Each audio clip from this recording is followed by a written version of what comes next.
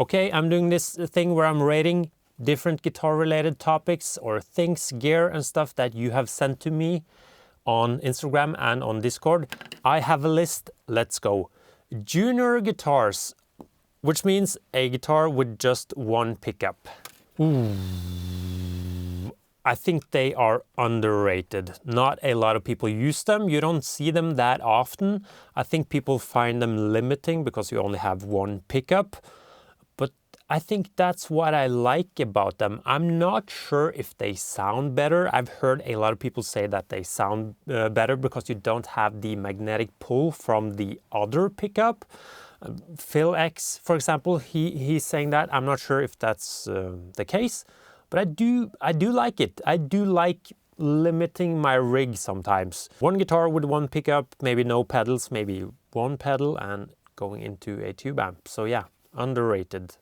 Yeah. Klon Centaurs. Oh, definitely overrated. If you have a pedal that will cost you over $3,000, it's most likely overrated. I mean, if you have the money and you are after a piece of guitar gear history, go for it, but it's not that good. I do really like the Klon circuit. It's definitely among my favorite overdrive pedals. And if you're interested in a Klon style overdrive, definitely go for something cheaper. It's not worth getting the real deal because of the sound. It's just a piece of history, as I said.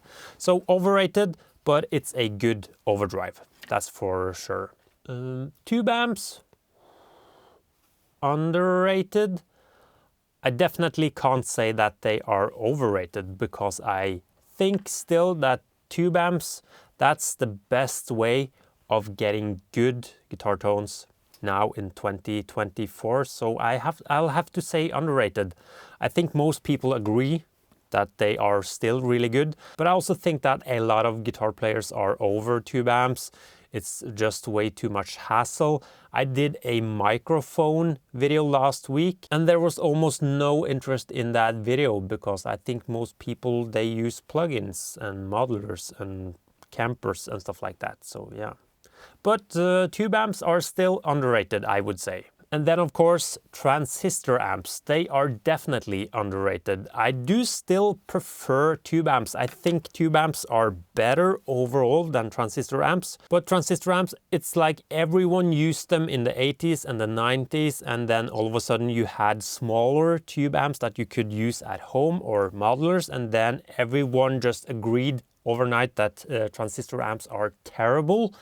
Yes, they can be terrible, but they can also be really interesting. They have a different character that you can embrace and explore and maybe use together with tube amps. So I would say that transistor amps are underrated and you should try one. They are fairly cheap and you might be surprised that they are quite underrated. And here's a really interesting one. Vintage pedals, definitely overrated. I don't think I've ever tried a vintage pedal that sounded better than any new pedal that I've tried. In most cases, they are shitty to use and they sound equal to modern pedals. They are noisy, they break. I don't care about vintage pedals. It's different with amps and guitars. There's definitely something there, but vintage pedals, they are overrated for sure. And here's the polar opposite, Strymon pedals. Well, I don't have anything against them. So maybe underrated, even though most people accept and use a lot of Strymon pedals on their pedal boards. It might be a bit of a dull choice maybe, but people will not be able to tell the difference if you are using a deluxe Memory Man versus a Strymon Live. And the Strymon will work every night. If it breaks down, you can get a new one at the local guitar store. So yeah, I don't have anything against Strymon. I think all of the Strymon pedals that I've tried, they are superb. So yeah, underrated. Captures, profilers and modelers. Well, most people accept and embrace stuff like that right now. It took me a while And yeah, underrated. I especially really like the Kemper. Took me forever to get into it, but now I just love it. I use it most of the time when I'm recording guitar here in my studio. I don't have a lot of live experience with using modelers and profilers and stuff like that. I have tried it. I really didn't get along with it back then. I'm just so used to having an amp and the volume and not playing particularly loud, but having something physical behind me, and you'll just have to practice using them. So I think they are good and they're only getting better, so underrated. Yep.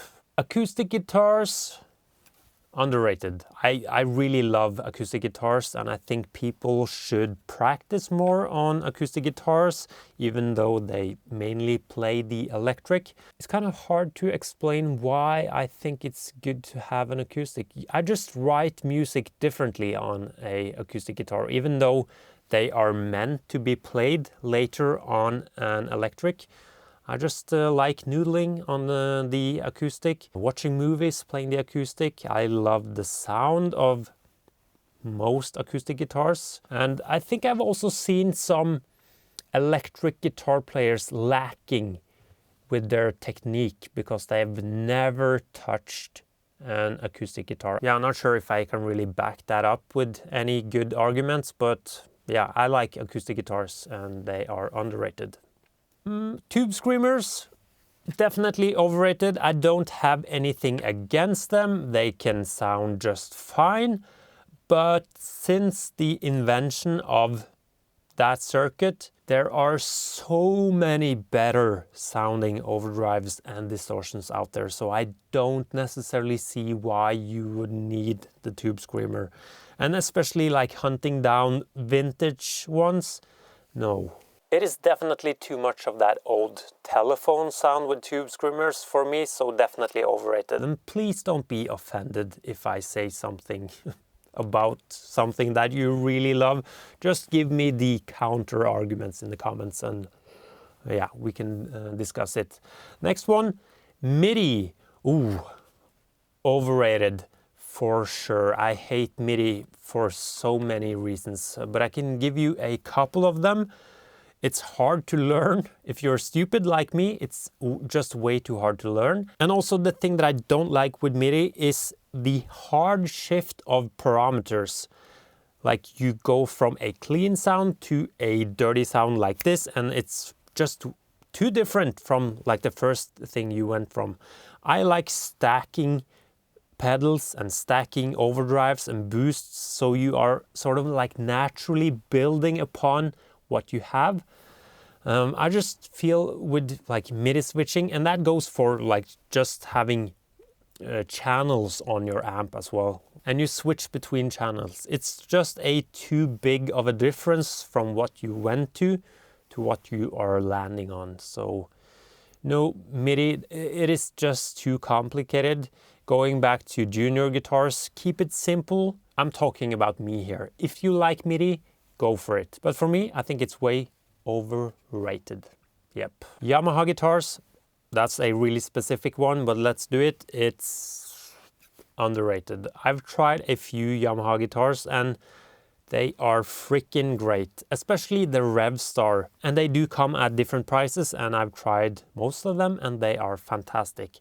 But I would like to add that probably the ugliest looking guitar for me in the world, that's a Yamaha Pacifica. Is that the name of it? Yes, they are just ugly looking guitars. But overall, I would say that Yamaha guitars, they are underrated. And here's the last one, bass, just bass. Underrated? I like most things with bass. I like playing bass, listening to bass. I like having bass low end in my mixes. I think bass players are cool.